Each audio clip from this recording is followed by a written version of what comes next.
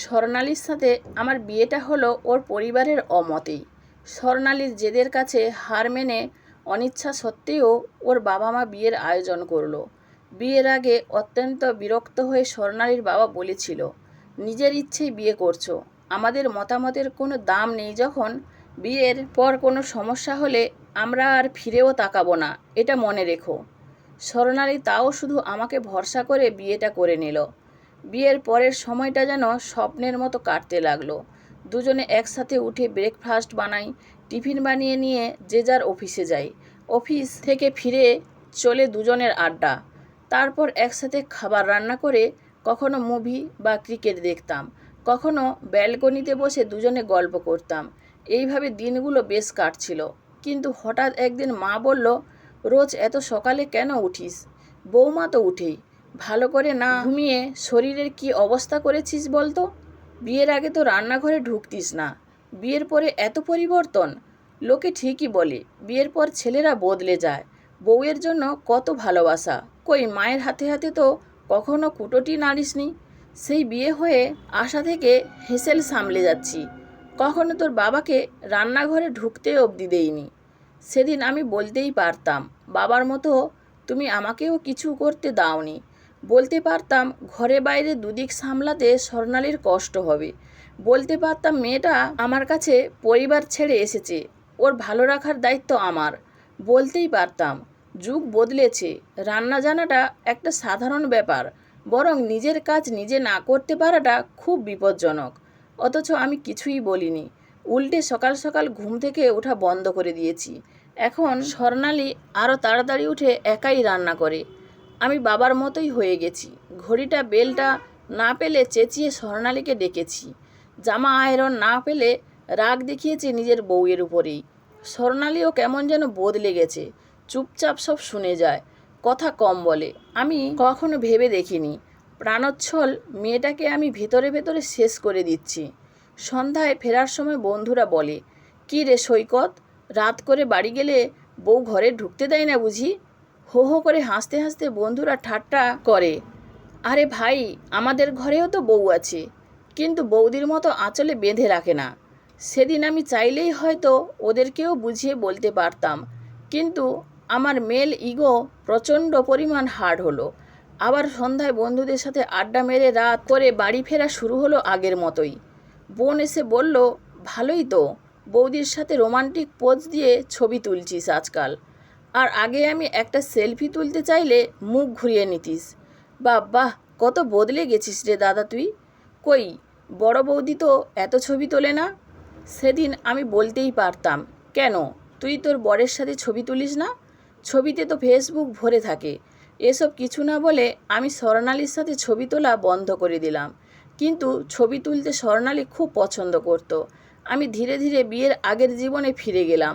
পরিবর্তন করলাম না আর নিজেকে, কিন্তু বাবা মাকে ছেড়ে আসা মেয়েটার জীবনে বিশাল বড় পরিবর্তন ঘটে গেল। মানিয়ে আর মেনে নিতে নিতে সে নিজেকে আমূল বদলে নিল। বিয়ের আগের আমি আর বিয়ের পরের আমির মিল না পেয়ে সে ক্রমশ গুটিয়ে নিতে শুরু করলো নিজেকে। মাঝে মাঝে স্বর্ণালীর সাথে আমার ঝামেলা হয়, স্বামী স্ত্রীর মধ্যে, যেটা খুবই কমন। স্বর্ণালী বলে, এসব ঝামেলার মধ্যে পরিবারকে ঢুকিও না, নিজেদের মধ্যে তো ঠিক মিটে যাবে, কিন্তু বাড়িতে বললে একে অপরের পরিবারের কাছে আমরা দুজনেই খারাপ হয়ে যাব। কিন্তু রাগ হলে আমি থাকতে পারি না, মাকে সবটা বলে দিই। স্বাভাবিকভাবেই মা আমাকে সাপোর্ট করে, স্বর্ণালীকে কথা শোনায়। আমার মনে হয় কেউ তো আমার পাশে আছে। কিন্তু স্বর্ণালী নিজের বাড়িতে বলে না কিছুই, বললে ওর বাবা মায়ের চোখেও যে আমি খারাপ হয়ে যাব। হয়তো তারা মেয়েকে রাখতে নাও পারে আমার কাছে, এটা আমি ভেবে দেখি না। স্বর্ণালী আমাকে ভালো প্রমাণ করার জন্য বাবা মায়ের কাছে আমার তারিফ করে, আর আমি পরিবার বন্ধুবান্ধবদের নিজেদের অশান্তির কথা বলে নিজেকে হেয় করি, মানুষকে সমালোচনা করার সুযোগ করে দিই। আমি এটা বুঝি না, স্ত্রী তো অর্ধাঙ্গিনী, সে যখন আমার, তার অপমান তো আমার নিজেরও অপমান। স্বর্ণালী বোঝাতে বোঝাতে ক্লান্ত হয়ে আর কিছু বলে না আমাকে। বিয়ের 2 বছর পর আমাদের ছেলে হলো। সন্তান সম্ভবা অবস্থায়ও অফিস গেছে মেয়েটা। সে চেয়েছিল স্বাবলম্বীভাবে জীবন কাটাতে, কিন্তু আমাদের ছেলে রুদ্র হওয়ার পর যখন ও ম্যাটারনিটি লিভ কাটিয়ে চাকরি জয়েন করার কথা বলল। মা বলল, ও চাকরি ছেড়ে দাও, ওইটুকু বাচ্চাকে সব সময় দেখবে কে? আমার বয়স হয়েছে, আমি কি পারি আর? কাজের লোকেদের উপর ভরসা হয় না এখন। মা চলে গেল কয়েক মাস করে দাদার বাড়ি আর বোনের বাড়িতে থাকার জন্য। বাধ্য হয়ে কর্পোরেট অফিসের চাকরিটা ছাড়তে হলো স্বর্ণালীকে। আমি চাইলে হয়তো মাকে বোঝাতে পারতাম বা অন্য কোনো উপায় বের করতে পারতাম, কিন্তু মেরুদণ্ডহীন সরীসৃপের মতো বললাম, মায়ের বয়স হয়েছে, বাচ্চাকেও তো সময় দিতে হবে, আমি তো করছি রোজগার, তুমি চাকরিটা ছেড়ে দাও। স্বর্ণালী সংসার সন্তানের জন্য ইন্ডিপেন্ডেন্ট উইমেন তকমা বিসর্জন দিয়ে হাউস ওয়াইফ তকমা গ্রহণ করে নিল অবশেষে। পুরোদমে সংসার আর বাচ্চা সামলে শাশুড়ির সেবা করে ভালো বৌমা হওয়ার প্রাণপণ চেষ্টা শুরু করলো সে। যদিও দিন শেষে শত চেষ্টার পরেও সে ব্যর্থ। এইভাবে 5টা বছর কেটে গেছে। ছেলে স্কুলে ভর্তি হয়েছে, মা এখন অসুস্থ। হঠাৎ একদিন আমার প্রচণ্ড জ্বর হলো, কাঁপুনিতে সারা শরীর বেঁকে যেতে শুরু করলো। কয়েকদিনের মধ্যে টের পেলাম শরীরের একটা সাইডে আর জোর পাচ্ছি না। ডাক্তার বলল টাইফাস ভাইরাসের কারণে এই প্যারালাইসিস। দিনের পর দিন চিকিৎসা চলতে শুরু হলো। কিছুদিনের মধ্যে আমার চাকরিটাও চলে গেল। তখন সংসারের অচল অবস্থা, সেভিংস ভেঙে ভেঙে কোনো মতে চলতে লাগলো সংসার।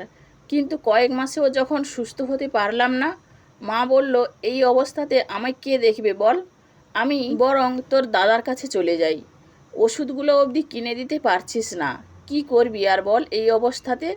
দাদা বা বোনের কাছে অর্থ সাহায্য চাইলে সংসার বা বাচ্চাদেরকে কারণ হিসেবে দেখিয়ে দায় সারলো তারা। বন্ধুদের কথা কি আর বলবো, আমার ফোনই তারা রিসিভ করলো না, জানতো টাকা চাইবো। একে একে আমার 4-5টা ফাঁকা হয়ে গেল। রয়ে গেল শুধু একটা মানুষ, স্বর্ণালী। একটা চাকরির চেষ্টায় রাস্তায় রাস্তায় ঘুরতে লাগলো মেয়েটা। অবশেষে আগের কোম্পানি আবার স্বর্ণালীকে চাকরিতে বহাল করলো। ওখানে ওর রেপুটেশন ছিল ভালো, কর্মদক্ষতা নিয়ে তারিফ করতো সবাই। ছেলেকে বাপের বাড়ি মায়ের কাছে রেখে চাকরি শুরু করলো স্বর্ণালী। আমি আলতোভাবে কথা বলতে পারি, কিন্তু আর স্বর্ণালীর চোখে চোখ রেখে তাকাতে পারি না। সকালে স্নান করিয়ে ভাত মেখে খাইয়ে অফিস যায় স্বর্ণালী। আমার চোখ থেকে ফোঁটা ফোঁটা জল গড়িয়ে পড়ে। দিনে 2বার ফিজিওথেরাপি হয় আমার। আমি সন্ধ্যায় দরজার দিকে তাকিয়ে অপেক্ষা করি কখন ফিরবে সে। এখন আমার ভরসা সম্বল একজন, সে আমার স্ত্রী, আমার অর্ধাঙ্গিনী। এখন ভীষণ আফসোস হয় আমার অন্যের কথা শুনে আমি আমার নিজের মানুষকে এতগুলো বছর খারাপ রেখেছি বলে। আজ আমার বিপদের দিনে তারা আশেপাশে কোথাও নেই, যাদের জন্য নিজের ভালোবাসার মানুষের থেকে দূরত্ব বাড়িয়েছি একটু একটু করে। সন্ধ্যায় বাড়ি ফিরে টিভিতে আমার পছন্দের গান বা সিনেমা চালিয়ে দেয় স্বর্ণালী। আমি টিভির দিকে তাকাই না, কেবল ফ্যাল করে তাকিয়ে থাকি স্বর্ণালীর দিকে। মাস 6 কাটলো, আমার খারাপ সময় কেটে গেছে, এখন আমি অনেকটা স্বাভাবিক। স্বর্ণালী হাত ধরে আমাকে পার্কে হাঁটতে নিয়ে যায়, হাত দিয়ে একটু একটু করে খেতে শুরু করেছি। এই কয়েক মাসে বুঝে গেছি একাকিত্ব ঠিক কতটা ভয়ঙ্কর। কিছুদিনের মধ্যে পুরোপুরি সুস্থ হয়ে গেলাম আমি। আবার আমি কাজে জয়েন করলাম। তবে এই অসুস্থতা আমাকে অনেক কিছু শিখিয়েছে, চোখে আঙুল দিয়ে বাস্তবতা আর মানুষ চিনতে সাহায্য করেছে। এখন রোজ সকালে আমরা একসাথে গল্প করতে করতে কাজ করি। ছেলেকে স্কুলে পৌঁছে নিজেদের অফিসে যাই। স্কুল শেষে স্কুলের বাস নামিয়ে দেয় ছেলেকে ওর মামার বাড়িতে। ওখানেই খেয়ে বিশ্রাম নিয়ে টিচারের কাছে পড়ে রুদ্র। আমরা অফিস থেকে ফেরার পথে ছেলেকে নিয়ে বাড়ি ফিরি। কখনো 3 জনে ঘুরতে যাই বিভিন্ন জায়গাতে। ক্লাবে যেখানে আগে আড্ডা দিতাম রোজ, সেদিকে আর ফিরেও তাকাই না। এখন আমার কাছে সবচেয়ে গুরুত্বপূর্ণ পরিবার। মা আবার বাড়িতে ফিরে এসেছে। তার বক্তব্য, তার দায়িত্ব নিতে অস্বীকার করেছে বড় ছেলে। এখন মাকে দেখাশোনা করার জন্য একজন আয়া রাখা আছে বাড়িতে, সেই মাকে দেখে। রোজ রাতে খাবার মাখিয়ে যখন স্বর্ণালী মাকে খাইয়ে দেয়, কাঁদতে কাঁদতে মা বলে, আমার নিজের মেয়েও আমার জন্য এতটা করেনি। আমার মনে হয় অসুস্থ না হলে আমি হয়তো নিজের ভুলটা বুঝতেই পারতাম না। আর স্বর্ণালী নীরবে সহ্য করতে করতে একেবারে শেষ হয়ে যেত এক সময়। আমার মতো এমন অনেকেই আছে যারা আজও বুঝতে পারেনি নিজেদের ভুলটা, নিজেদের অজান্তেই নিজেদের সম্পর্ককে ক্ষতবিক্ষত করে চলেছে তারা। জীবনের শেষ সময়ে বার্ধক্যতে বাবা মা, ভাই বোন, এমনকি অনেক সময় সন্তানরাও সাথে থাকে না। একে অপরের সাথে কেবল থেকে যায় স্বামী স্ত্রী।